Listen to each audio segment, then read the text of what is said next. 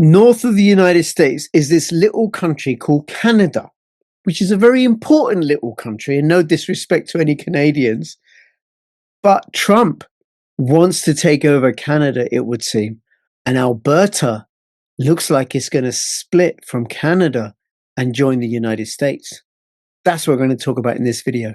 Thank you again. Please like, comment, subscribe, and give us a thumbs up. And you'll find all the links for the guests in the description below. Hey, Shaun, thank you so much for making yourself available. First time on my channel, Mr. Newman. Yes, Crypto. Great to be here. I mean, honestly, appreciate the invite. Yeah, and by the way, please call me Rich, because this is on Rich Does Politics. Oh, Rich. Yeah. Well, my apologies. I had to drop the crypto so as not to confuse people. No problem. Now, my introduction wasn't, well, I don't mean to demean Canada. A bit cheeky? Right? A small country on the top of it. Yeah, I didn't mean to demean Canada at all. Yeah, fair. Canadians are lovely. Canadians are absolutely lovely, but they all live in this little band just north of the border, and the rest of it's mostly empty. And Alberta wants to split, it would seem. So tell me about that. Well, I mean, you've been in this bad relationship, right? And people can point to the economics of it. There's lots there. You can point to the how our parliament or just politics in general works, and you can point out a bunch there on how it's just lopsided. It favors the East. Money favors the East. And the larger populations out in the East, so they just get, okay, fair enough. Okay, so we can't, all right, whatever. And so you just let us do our thing, and that is oil. We have the third largest reserve on the planet, right? Wow. After Russia and the United States? Or Venezuela? Venezuela is number 2. Venezuela is number 2. So no, Venezuela. Well, now you got me questioned. It's number 3. Who's number 1 and 2? That's a good question. We're number 3. We're number 3. Okay, that's still good. That's good. So you sit here and you go, any logical man who's in government would just go, just let Alberta do their thing, and they're going to make us all rich, and we're going to, we won't give them many voting opportunities, but we won't take away their stuff either. We're led by a guy who's written the book on getting to net zero. He's a globalist. I don't need to tell your listeners all the down the some of them. I know, but some of them aren't going to know, because this is the first time I've done anything that's focused on Canada. So Mark Carney was the governor of the Bank of Canada. Then he was the governor of the Bank of England, and he's now the Prime Minister of Canada. So say how the City of London runs Canada without saying that the City of London runs Canada. I don't know if I have to say anything after that. Right there. Right there. I mean, and then you go, okay, so they want to electrify Canada. They want to do things green. Okay. Well, oil doesn't fit green. Natural gas doesn't fit green. We're talking wind. We're talking solar. And so you've seen this. It hasn't been over the course of 6 months. It's been over the course of decades, where they've locked up major projects. They've had major projects canceled. They've had major projects balloon from, say, $1 billion to $20 billion, right? Like, it just, everything is.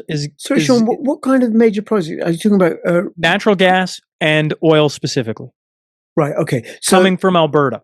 Okay. Specifically from Alberta. So Alberta's landlocked. Yes, it is. And it has these gas projects and oil projects. And what is it? The government in Ottawa is shutting them down or delaying them? Because we're destroying the planning. We're destroying the planet. How are they doing that? Because we view oil and natural gas as a dirty energy source, as with coal. Mm-hmm. And so when, it was Germany was the last one I recall that came when Trudeau was in power. So Justin Trudeau was their prime minister before. He led for a decade, for your audience. Told them there was no business case for our natural gas to Germany when they were in crisis. And all of us are sitting there going, what are you talking about? We got nothing. We should be selling them natural gas. And then they said there was no business case.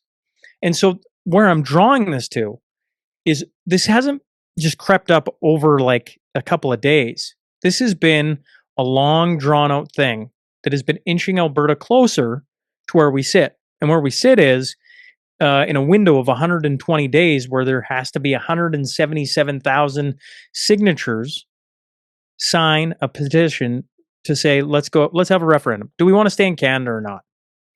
And so we're right in the middle of the window of that.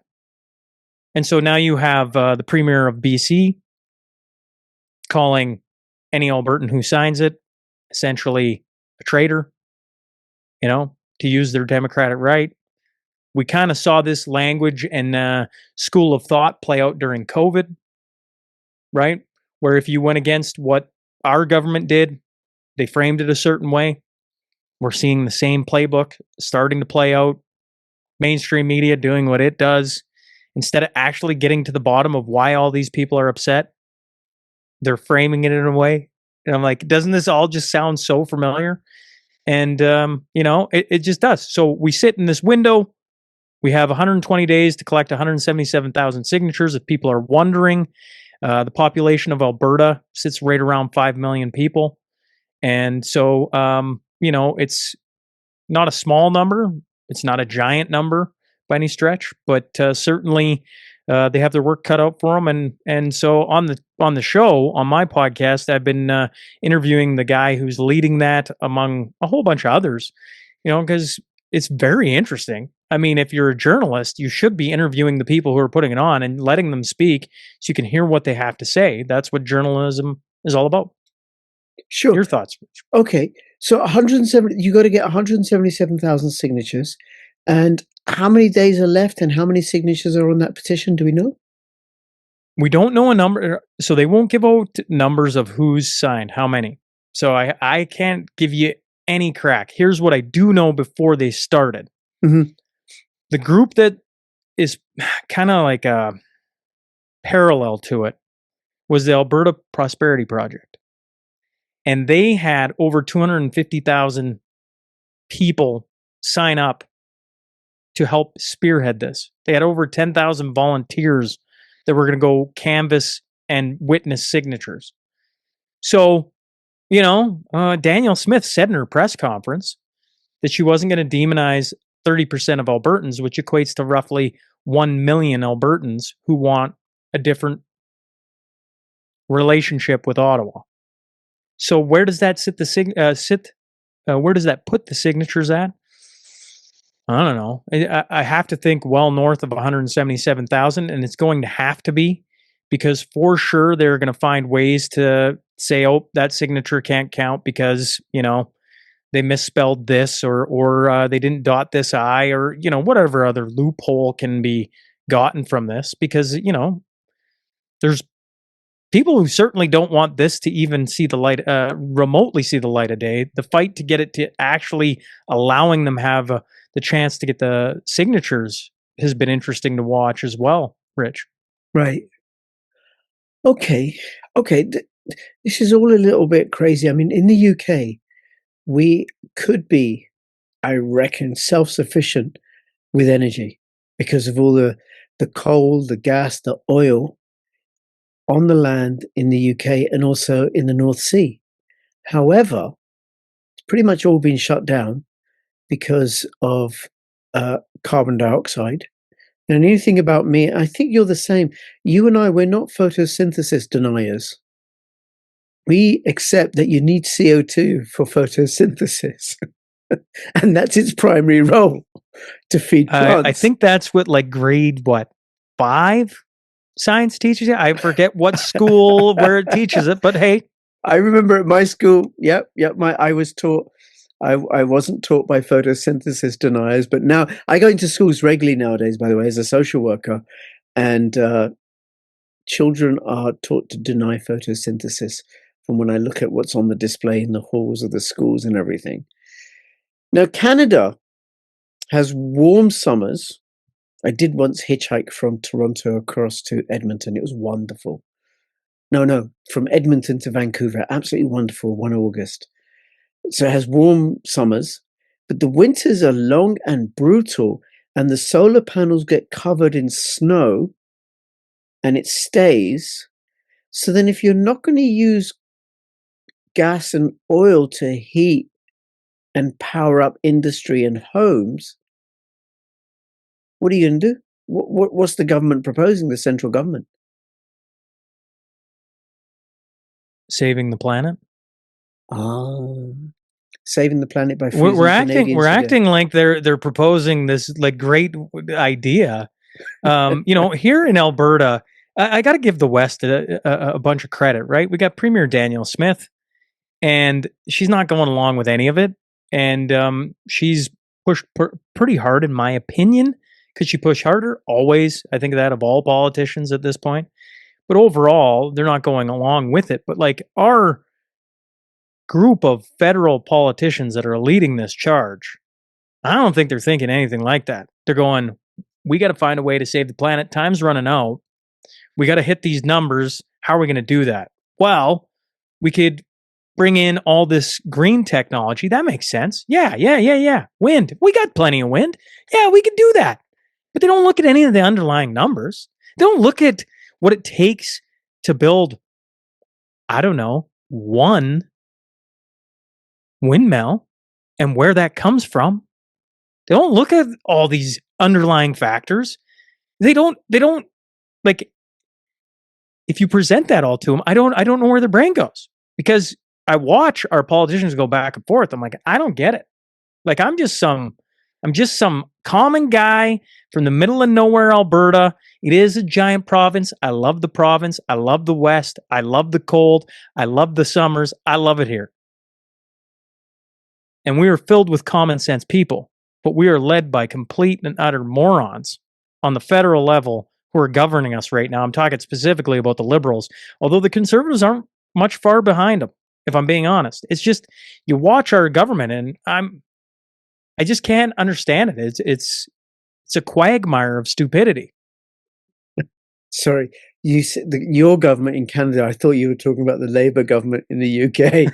Well, they kind of sound or perhaps the same, the European, or maybe you were talking about the European Union government. Well, right. the thing is, Rich, when you start talking to people from all the different countries, you start realizing we're all having the same problems. It's like, what? Why is everybody adopting? That doesn't make any sense. Yeah. Right. I mean, until you start digging into the more underlying factors, you're like, oh. So they're playing out this theory across all these different countries through the channels that they can operate. And, who are the people that suffer? Of course, the common person who just wants to go to work, come home, raise a family if they can afford to.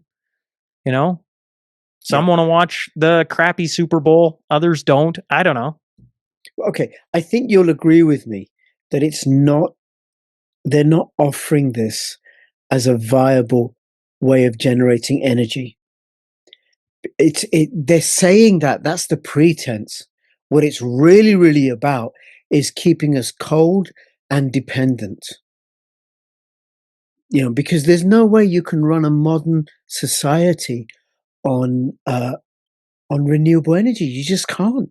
It doesn't have the energy density. And then one of the things, for example, I'm sure you know about what's been happening with silver recently, right? Wind turbines need silver. Solar panels need silver, and they both need copper for the transmission.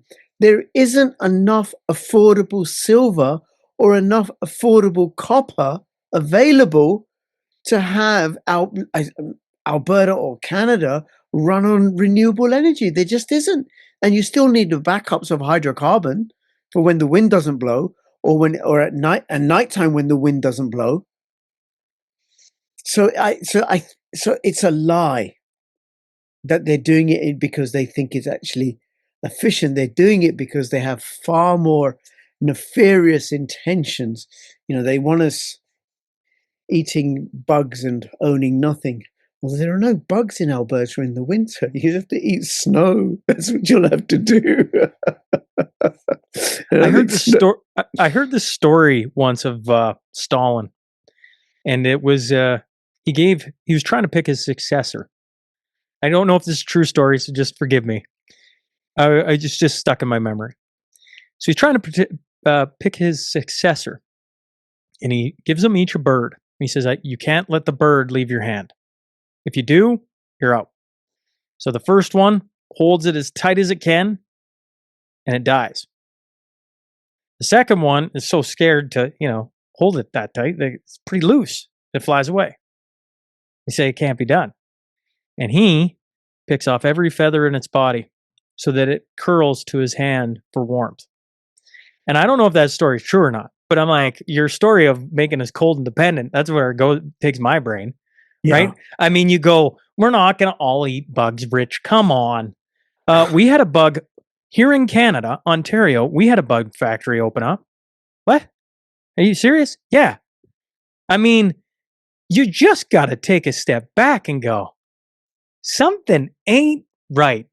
And it is happening everywhere. And it just gets more and more nefarious the more you look. I mean, the crazy one, Rich, is property rights out in BC. I don't know if your listeners know anything about this. I don't know if you know anything about this. No. I should have pulled up the Cowichan tribe, okay? So they claimed they owned the land that people have right now, okay? You bought your house, been there 20 years. I don't know, your family's been there 100 years. They claim this chunk of area, okay? And they claim title over it and then put it to the courts. Now, I'm going to read off a couple things just so I don't get this wrong. I don't want to get it wrong, okay? Aboriginal title in BC is a made-up doctrine from Dalgamuk, probably mispronouncing that, 1997. The Supreme Court amended that idea, unceded lands, most of BC, because they didn't sign treaties with the First Nations, that they can be subject to Aboriginal title if a band proves exclusive occupation in 1846. 1846, okay, for the year, trumping all other titles, including fee simple title. So if you bought your house in 2000, this group and groups, if they can prove they had ownership of that land back in 1846, they now own the land. You follow me? Mm-hmm. The way they did this in Cowichan is they proved through seasonal summer use. So it was a fishing village back in the 1800s. A fishing village occupied only in the summer 180 years ago, then abandoned, was enough for exclusive occupation proof. The court declared Aboriginal title over 3 square miles in Richmond, BC, superior to private homeowner titles, creating a mind-boggling risk of eviction without compensation if pushed.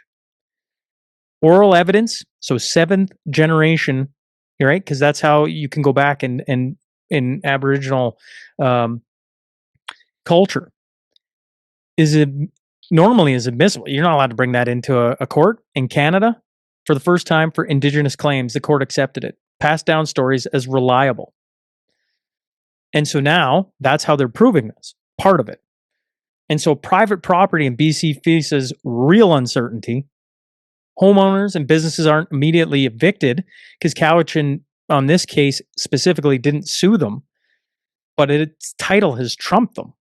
And so now you've got full cities in BC where they've now have a sitting claim on it. You have 60% of New Brunswick that has a claim on it. You have parts of Quebec, Ontario, and that is just, it's unleashed this hornet's nest where I don't know where it goes, Rich. I have no idea. Canada has a lot of problems. That is one that I think isn't getting enough airtime.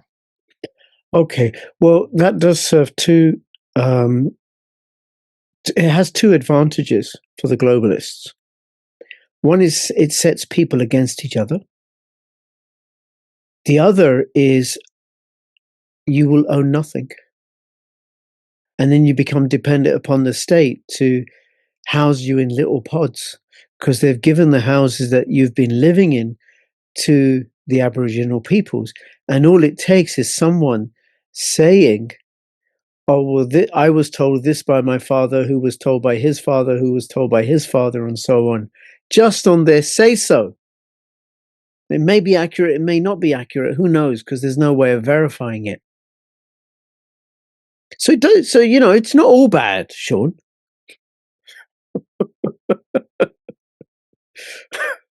It's insane. It's completely insane. I want to come on here and be a happy guy and say I'm happy sorry. things. That ain't gonna happen. No. Sorry, folks. That's not what's going on right now. There's no joy via the City of London. By the way, I recorded a video with Matt Errett a few weeks Okay. ago. Yes. I've No, recorded Matt. quite a few with him, right? Yes. And one of the things he told me is that 89% of Canada is Crown property. 89%. 89%. 89. And Canada's a big country, despite what I said in my opening statement. Yeah, it's a giant country, small population. Yeah. 89% Crown property.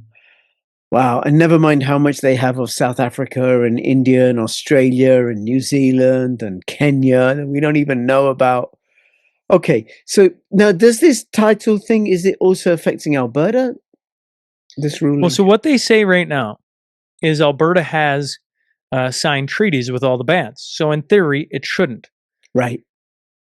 In theory. And I don't want to seed any thoughts out into the universe to make it, because my hope is in theory. But we've seen it prop up now all over BC, New Brunswick. I was told it couldn't happen in certain provinces, and then there it is in Quebec, and then there it is in Ontario, and there's rumbling. So you just go, man, like the last thing I wrote down, the timeline for a resolution on this. So I'd interviewed a 50-year lawyer who knew the ins and outs of everything. And he said, you got to understand, it's like an 800 and some page document that they made this ruling on. So he's like, appeals start at the BC Court of Appeal. It's complex due to the 5-year trial transcripts and evidence, likely 2+ years for a decision. Then almost certainty it goes to the Supreme Court of Canada, another 2+ years. So he's saying this gets dragged out for like another 5-6 years. And at the bottom of that, I wrote, we both said, and you can't put any faith that the Supreme Court of Canada is going to rule the way you think they should.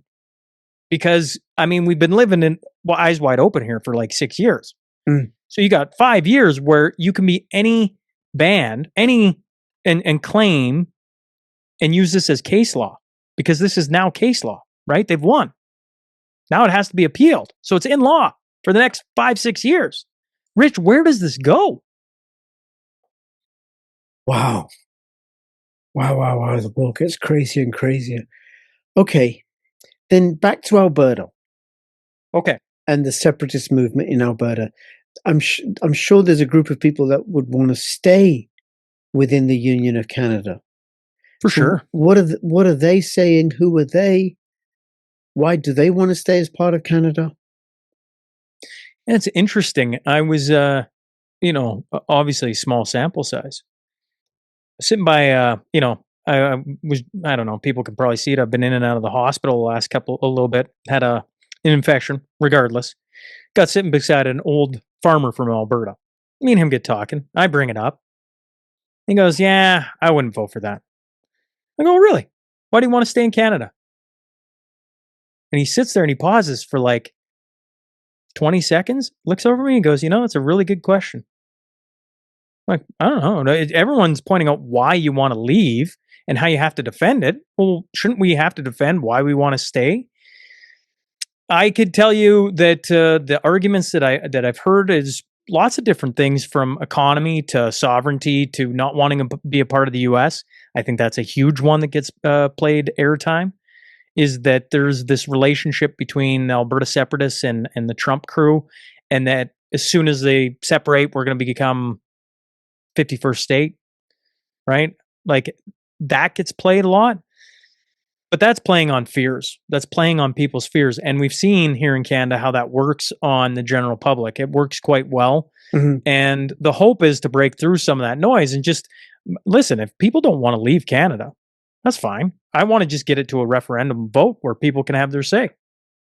And in order to do that, you have to get the signatures. And in order to do that, you got to cut through all the fear tactics that are certainly at play right now, trying to demonize anyone who will talk about it.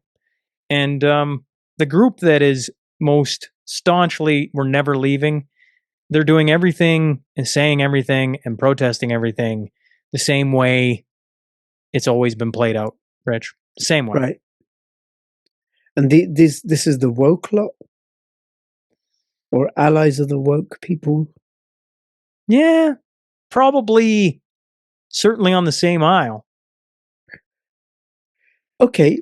And then what about the relations with other Western provinces like Manitoba, Saskatchewan, British Columbia? Are there movements there for secession? I can't speak to Manitoba. I can certainly speak to Saskatchewan. Like I live the city I'm in is right on the border of Alberta, Saskatchewan. So I'm a Saskatchewan boy at heart and then moved to Alberta. But like, I mean, a stone throw Mhm. into Alberta. Saskatchewan has its own movement that has begun. Where does it get to? I don't know. I look at Alberta and I go, Alberta seems to be the one poised to be first to try and kick the door open. When it comes to BC, everybody knows the lower mainland is, I don't know, lost.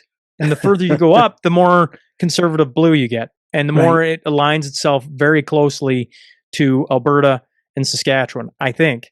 I could be a little bit off on that, but I think, if Alberta were to go, I have a hard time believing Saskatchewan wouldn't follow. And if those two are gone, I think northern BC would be like, we're just going to hop in with these guys.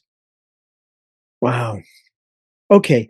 And then relations between Alberta and the United States, because after Trump got elected, or after he was inaugurated, Danielle Smith flew out to the United States to meet with him, which is kind of unusual because she's not a national leader. She's a provincial leader. Yes. So where is she at? And what's the relationship Alberta state has with the United States? So Danielle Smith is a crafty politician.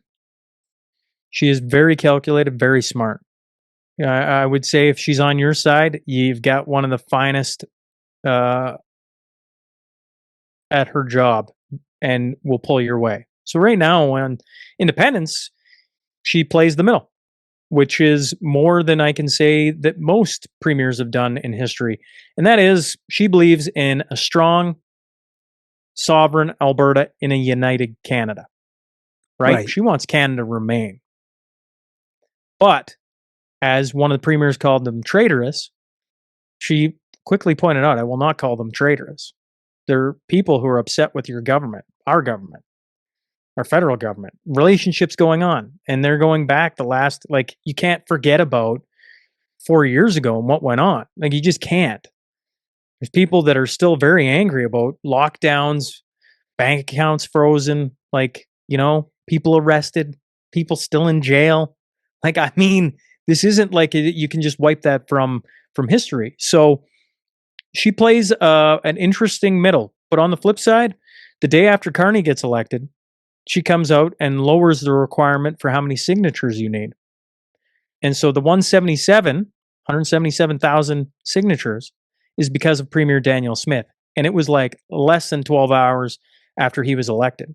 So, I mean, you can read the tea leaves yourselves on where she's trying to position Alberta against Ottawa. Okay. All right. And then what's Ottawa government doing about this? Other than they don't want to lose the oil revenue. So I assume that some of the revenue from oil goes to the central government through taxes. Oh, for sure. Yes. They signed an MOU, Memorandum of Understanding. And I don't know. That's exactly what it is. But I think, maybe some Canadians will listen to this and then shout at me and disagree. But, like maybe in the next 5-6 years, it gets things going where Albertans want. On the worst case scenario, it's 15 years. And we're just seeing how much red tape there is. Everybody talks about if Alberta leaves, you're landlocked. What are you going to do? It's like, well, we're policy locked right now. We're red taped to death. Like, this country has got so many levels of bureaucracy. It's insane. So what is Ottawa doing? I would say they're, for the most part, ignoring the issue. But they have signed a memorandum of understanding. Okay. And does the Canadian, was it the Charter of Rights? How does it allow for states to leave the union? Well, we have the Clarity Act.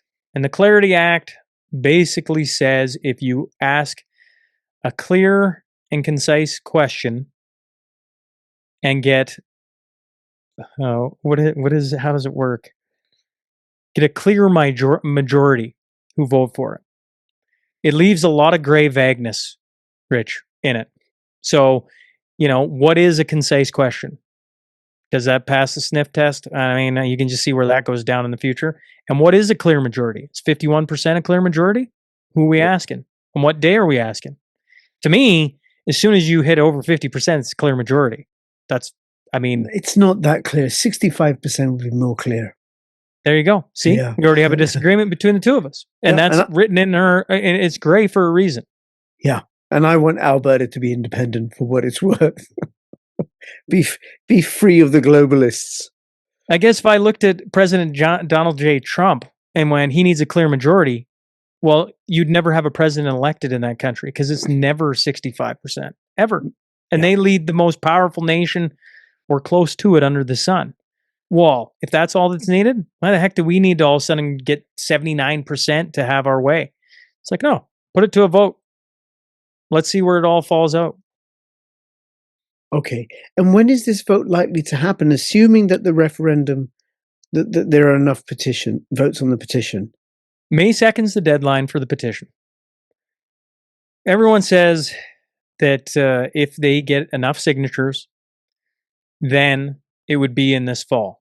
Now, that is just honestly, at this point, I think a little bit of hearsay, because how can anyone know if they don't even know if they hit the signatures, right? Like there's steps that have to happen, but they're pointing to the fall. Whether or not that's true, I guess we'll wait and see. Okay. All right. And then the carbon tax. Mark Carney was going to impose a carbon tax that he'd inherited, I think, from Justin Trudeau. So he gave, what did he call it? So we had a carbon tax on everybody. And then you got rebates, right? So government checks. Did he freeze them? I forget the wording on it, Rich. But a pause. He didn't just like completely get rid of them. That's how it was portrayed in the media, is that he got rid of them. But they're just below the surface. Right now, there's no carbon tax. And then he's focused his attention on an industrial carbon tax. So charging industry carbon tax. There's been rumblings about, I don't know, a better way to say it, a seafarer's carbon tax. So on the ports and different things like that. Okay, but Shaun, that's insane. It'll kill off industry. It'll, like what Germany's done. Germany's dying because they're shutting their coal plants. They've shut off their nuclear power stations, sanctioned themselves from Russian gas, cheap Russian gas. They're paying much more for American gas. And manufacturing has become unaffordable. So car plants are shutting down. BASF, I think, has moved or is moving to China. Could you explain the thinking here, please? Photosynthesis deniers. I mean, in Canada's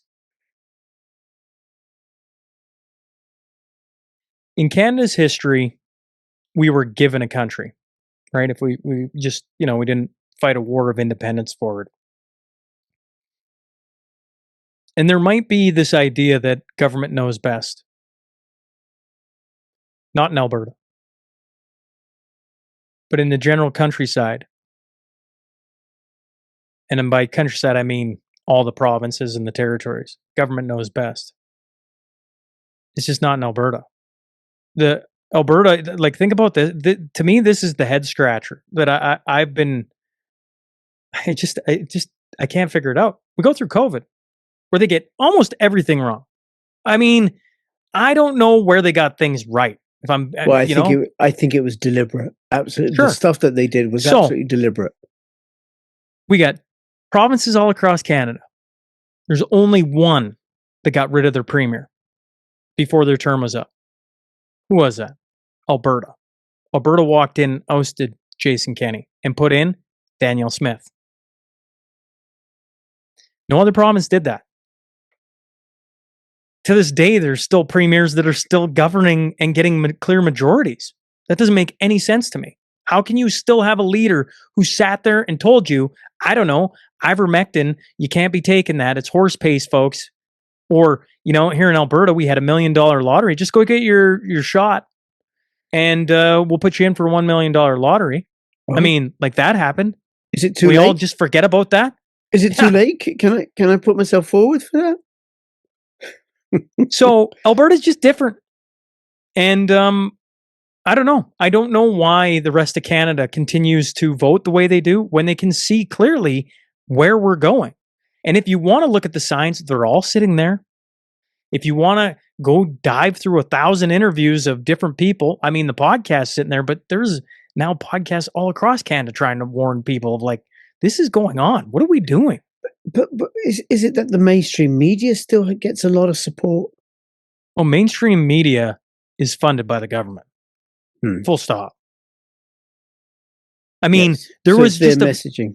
there was just a video, Rich, last week of one of their, I forget if it was the union of the CBC or maybe it was just media, I think, saying we're fully behind Mark Carney, right? We're fully behind.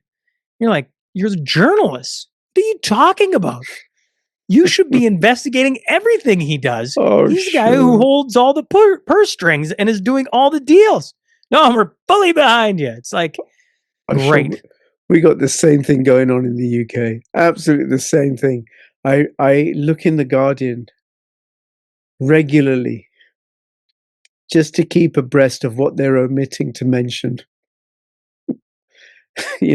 Hardly any coverage of the private inquiry being led by Rupert Lowe on the Pakistani rape gangs. Hardly anything at all. Hardly anything on any sort of real analysis on Epstein. Hardly anything about what Keir Starmer's doing in response to all the revelations about his party's connections with Epstein and the paedophiles within Labour. Hardly anything. Okay, interesting times, my friend.